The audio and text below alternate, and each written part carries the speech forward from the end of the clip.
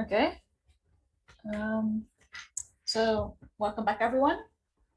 For those who missed it in the session, my name is Anne Buist, and I'm ESR6 of the Panorama project. Maybe I'll speak a little bit louder.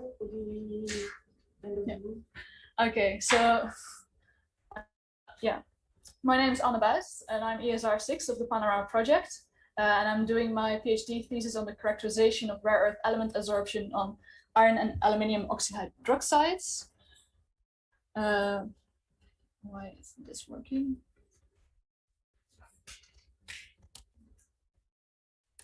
Yeah, okay.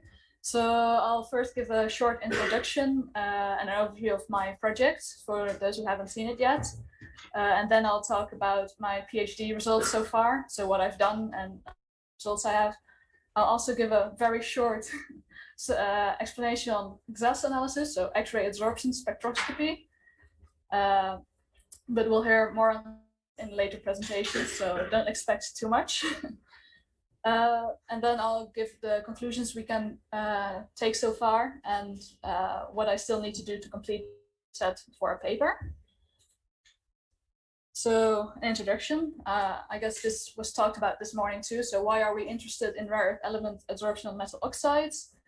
It's because, well, rare earth elements are in the environment through weathering or mining or using products that contain rare earth elements. And we want to see how they are transported and how they fractionate between soil and water, because that determines the bioavailability and thus the uptake by plants, animals, and humans. And I'll be mainly focusing on iron hydroxides because they're one of the more common minerals at the surface of the Earth. I'll also be looking at aluminium substitution, as most particles in nature aren't pure. And I'm using aluminium because it's also one of the more common elements at the surface. So my PhD, so I have sort of two sections. I do lab work and I'll be doing field work later on. So in the lab work, I'll characterize the rare earth element mineral surface interactions. And for this, we're looking at the effect of pH, temperature, the concentration of rare earth elements in solution, and the structure and composition of the adsorbent, so the substrate on which the rare earth elements adsorb, on the adsorption of rare earth elements. And then fieldwork, I want to check how rare earth elements fractionate in nature and how that compares to the results I obtain in the lab. And this all is done to improve our understanding of rare earth element behavior in nature and to improve simulation models and mitigation procedures for rare earth elements. So I started out with synthesizing some samples, lab work. I used the Schwertman and Cornell iron oxide synthesis book as my basis for the protocols I used. And I synthesized ferrihydrides, aluminium substituted ferrihydrides, gallium substituted ferrihydrides. These are all amorphous hydroxides. And then for the crystalline, I synthesized the goethite, aluminium substituted goethite, and gallium substituted goethite. And the reason I also created gallium substituted iron hydroxides is because gallium is a chemical analog for aluminium. And there might be some troubles measuring on the beamline for the aluminium substituted iron hydroxides. And we thought that the gallium substitution would be a replacement to simulate the same interactions or chemical processes that take place. So after the synthesis, I characterized my samples. So I used transmission electron microscopy to look at the shape and size of the particles. I used X-ray diffraction to look at the effect of substitution in the structure of the samples. ISP-OES to determine the total substitution ratios that I obtained.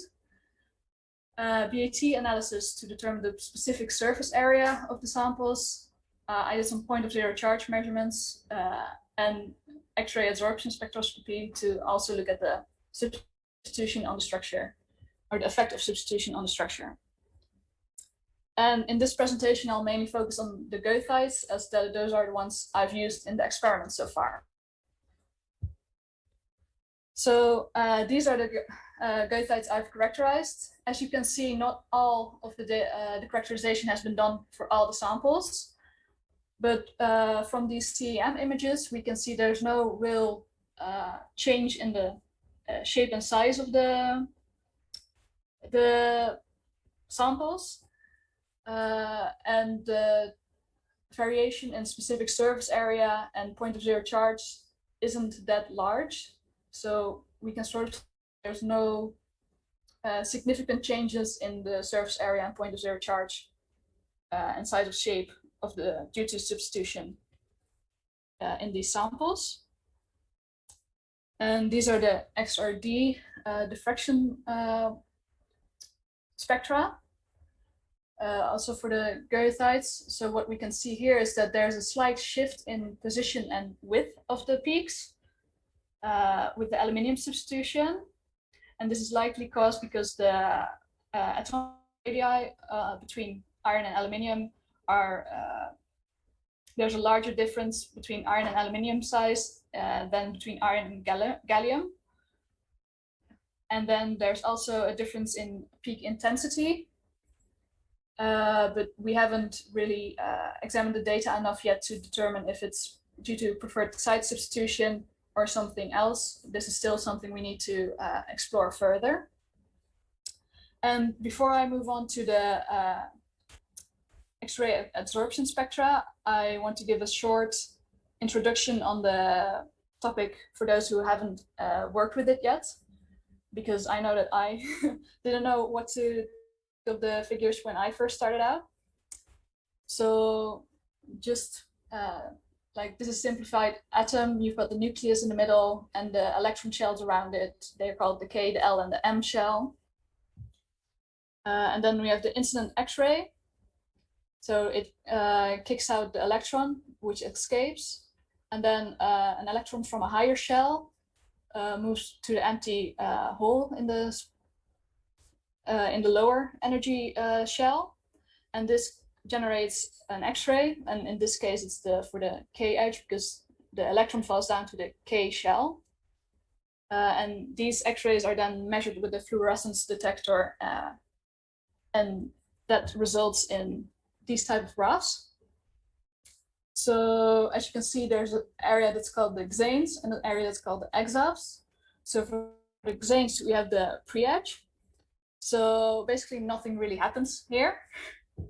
However, near the edge, you can sometimes obtain a peak when an electron has enough energy, not enough energy to escape, but enough energy to move to an empty spot in a higher shell, which also emits an X-ray which you can measure. So then you have the edge or the white line. So this is for the electron that escapes, and the exact energy and the amplitude of the peak depend on which element you're looking at which edge you are, and the oxidation rate of the element itself. Then we have this area, which is the exaphs area. So this is a bit of a long text, but the oscillations you see in this area are for electrons that fully escape, but then bounce off the neighboring atoms before they scatter to the detector. And so these oscillations correspond to the time it takes to scatter back to the detector. And the frequency and amplitudes depend on what element it is, the distance until that element, and the number of neighboring atoms. So then we have the figures. So on the left, we see the xanes of the aluminium and gallium substitution. And on the right, we can see the exaphs. These are the Fourier transform of the xane of the exaphs of the figure I showed before. So in this Fourier transform, we see the radial distance of the atom until its neighbors. So where we see the ALO, it's the first neighbor region.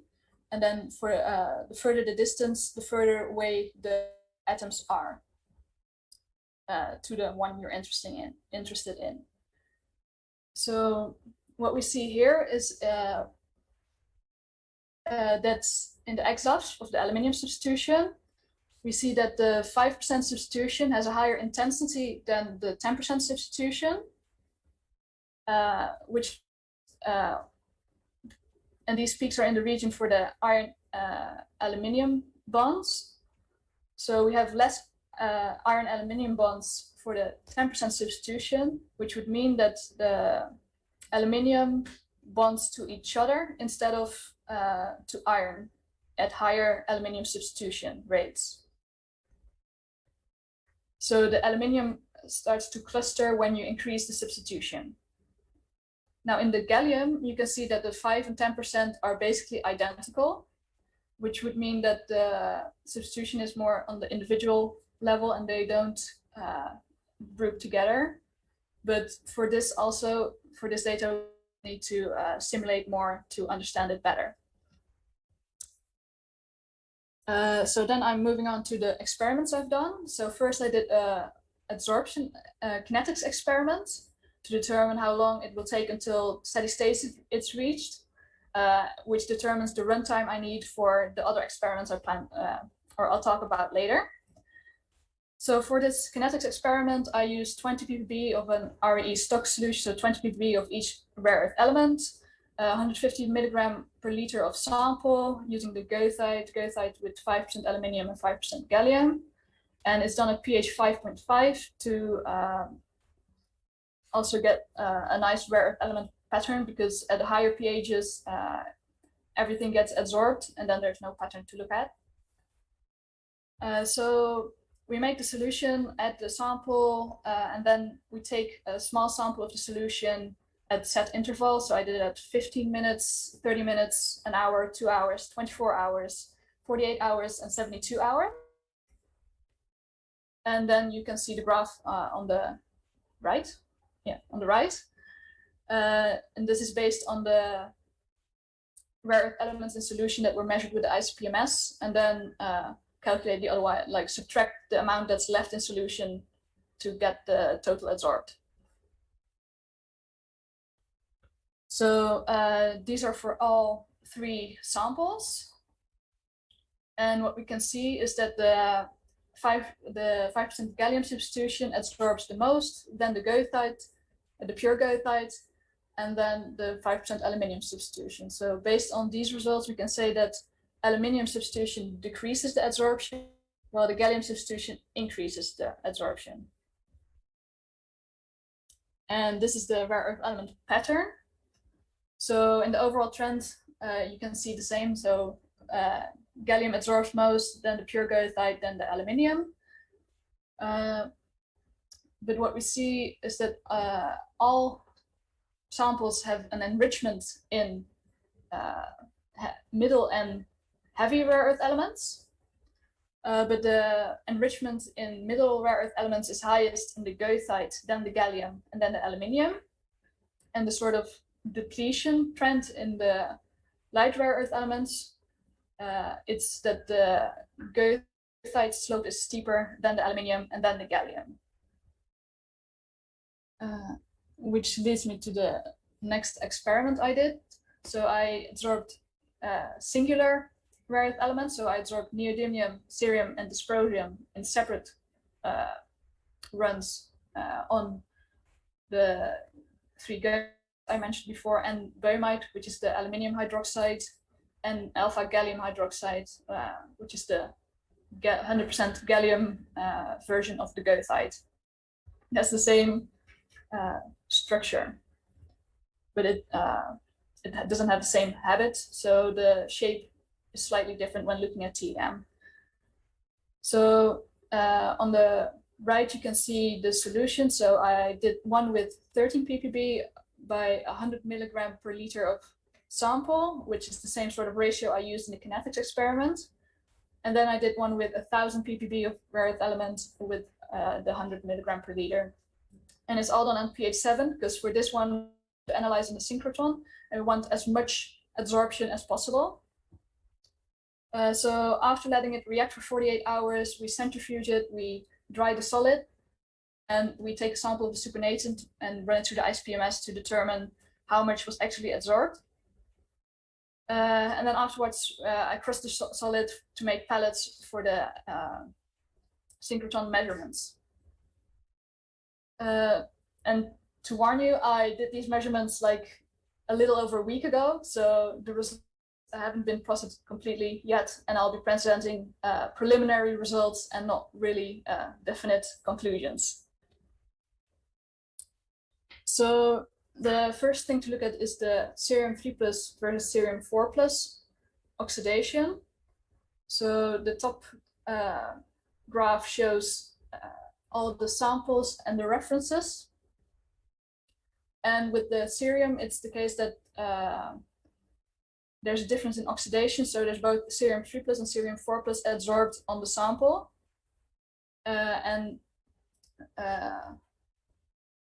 Well, based on a paper that's not yet published by Gildas Ratier and Amy Marsac, they hypothesized that the oxidation of cerium 3+ to cerium 4+ depends on the concentration of cerium 3+ you put in solution.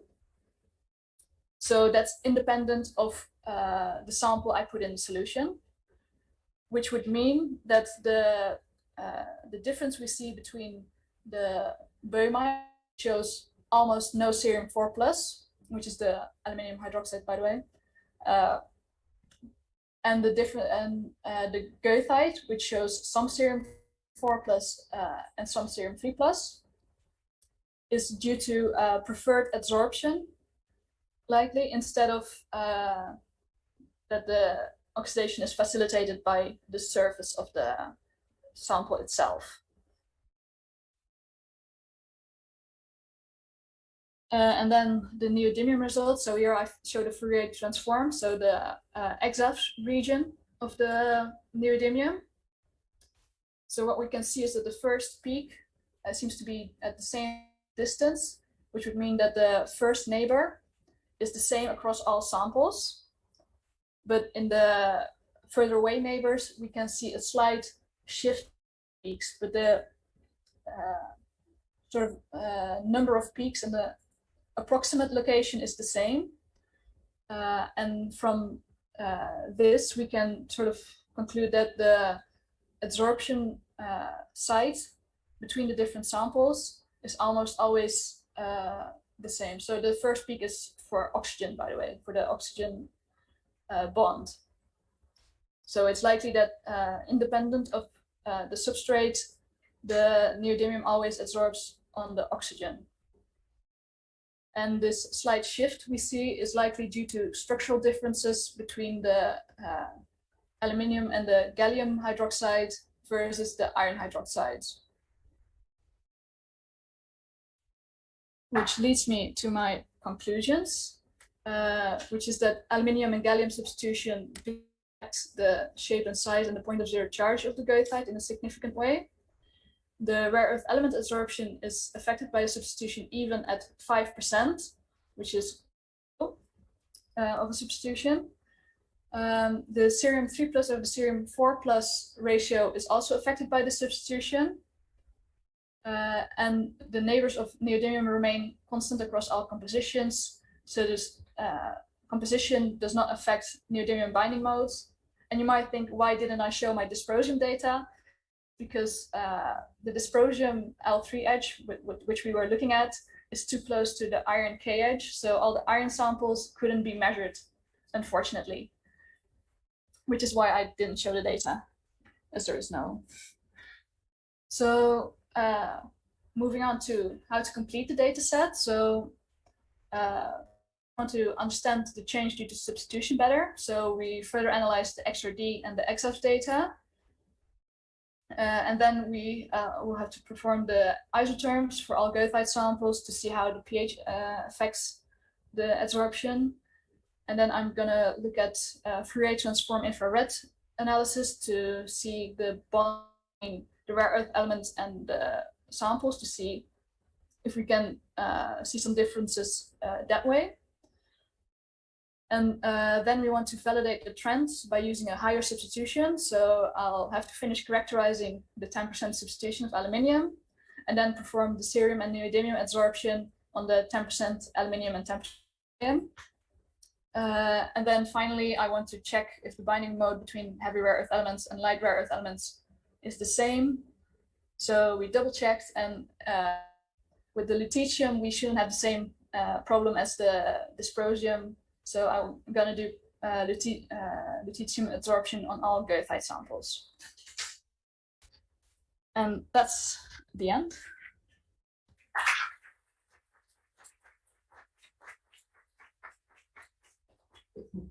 Thank you very much. I really have to say, well, I mentioned that the data, most of the data she showed were collected not last week, but the week before. And in fact, we spent most of the part of last week trying to understand what we obtain, what we can show you. And she had to prepare a talk, so that's really fresh data. Do you have any questions? Go ahead. Yeah? ESR6. Yeah, ESR first, yes. Yeah. Okay, I have two questions. The first one is in page 17. So why are you interested in what happened with oxygen? So it's not that we're interested in what happens with oxygen. We were just wondering if the difference in the substrate we adsorb on would produce different neighbors. But what we see here is that the first neighbor is always oxygen, independent of which sample is used. According to the banding, the boundings with the oxygen, the length may vary. So you could see it on the oxygen distance to the Second question is on page 8. The chemical question.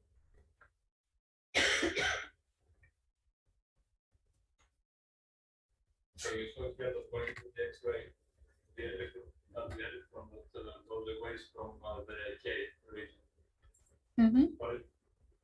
So when you do the X-ray, because the region that is more outside of the nuclear is the end, why isn't an electron from the side of the way? I'd have to defer to. Well, Yeah, I know, I'm sorry. in fact, each region, well, we will see that in a few hours. Can you wait? Can you wait for professional explication? Yeah. Okay. Super. Yeah. Just curious that you said there's more absorption with gallium as compared to aluminum and graphite.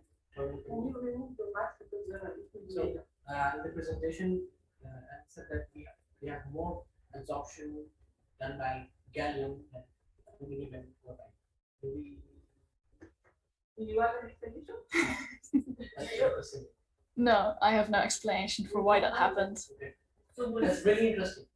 was it a surprise when you got the result? Yeah. Or was it something that still has been already found in other articles? With gallium? Yes, with such different like. I mean, gallium is not really looked at that much because it's not like as prevalent in nature. So we didn't expect these results. In fact, I thought first that something went wrong in my preparation. Yeah. But no, we don't know why this happened. In fact, the idea to use gallium as I said was well, and she said that it was an idea of us, but I can assume the whole idea was because gallium is heavier than aluminum, and we expected that from the X-ray absorption data, we will see better gallium than aluminum. And the gallium is expected to be an chemical analogous at aluminum. And that's it. We wanted to perform exactly the same sample with gallium as with aluminum, just with an heavier atom. And at the end, it seems that the behavior is different. We don't understand why. And it is very the differences we can observe are very interesting anyway. but that was not at the beginning, and at the moment we were working on the data together, and I said sorry, and I made you making a lot of songs that are not usable at that time. They are very interesting, but at one point I was really sorry.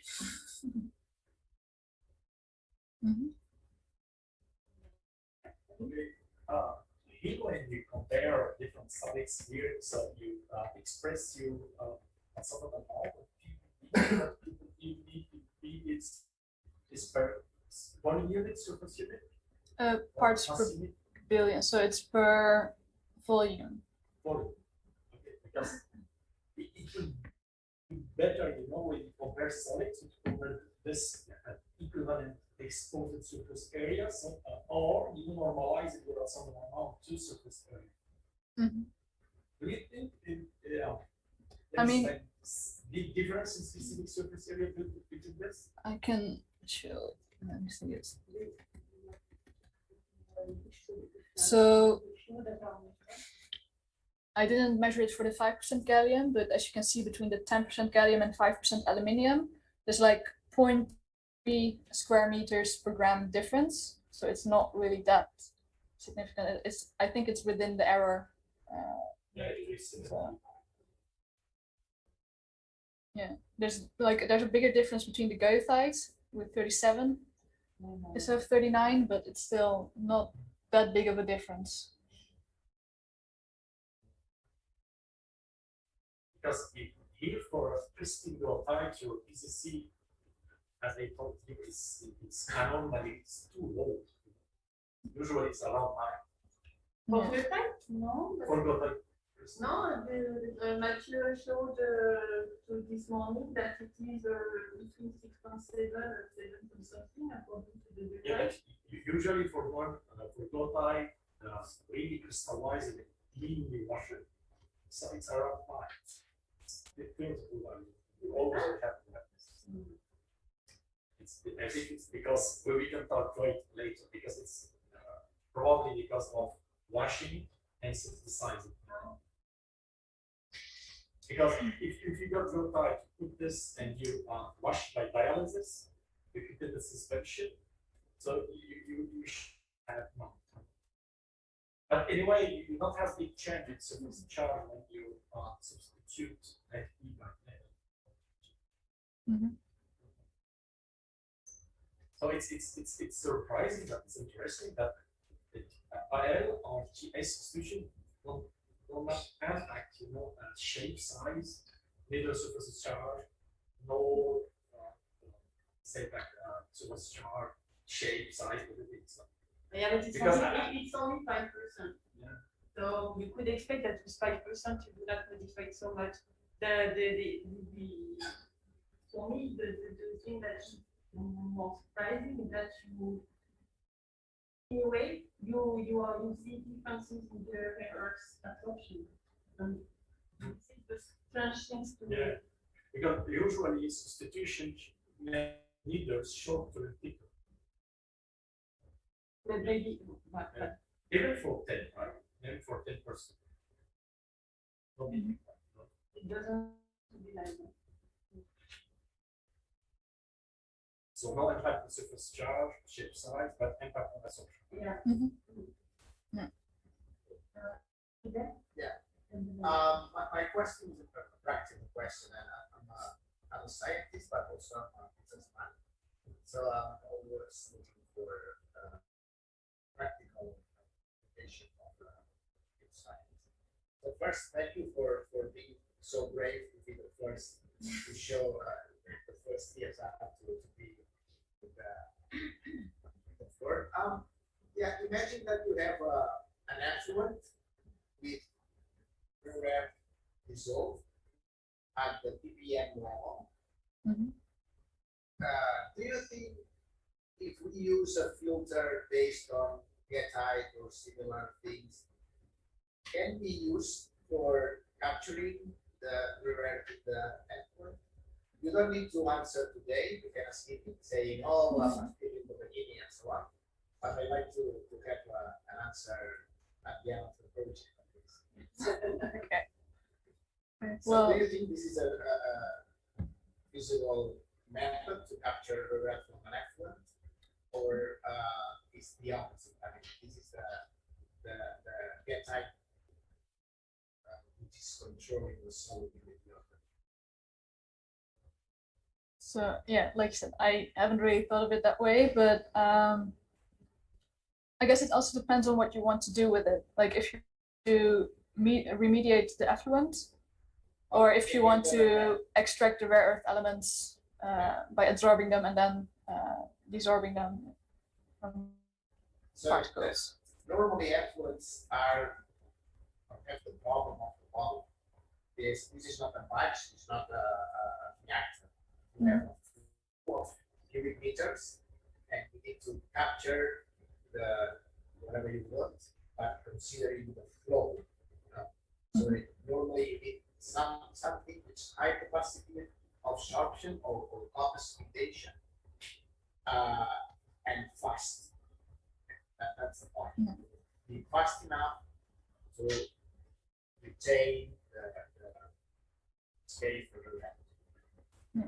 So in this case, if you want to have it fast, let me just go back to these. So it generally takes about 24 hours to reach like equilibrium, so a maximum absorption possible. So I wouldn't call it very fast, but I'm not really. Well, it's very fast. You have 90% of the salt element at the very beginning. Very good news. Thank you. Okay. Very interesting results. I know they're preliminary.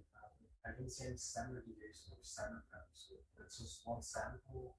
It's measured. Like for this. No. You have standard deviation For the ICP-MS data, because this is for just one sample. So for the isotherms, for example, we'll run it in triplicate, and then you get like the statistics of it. But this is just for the kinetics, just to get like a first view of how quickly it absorbs. So it's just one sample that's absorbed upon. I just did it. Several samples so that we have a standard deviation and one out size. Yeah. So for the isotherms, I'll be varying the pH, but for each parameter that you vary, you do it in triplicate, and then you measure it for each of these, and then you get like the averages and the standard deviations. But I haven't gotten around to that yet, so.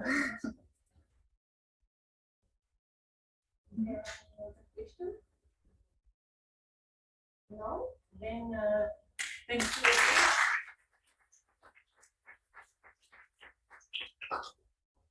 So we can continue with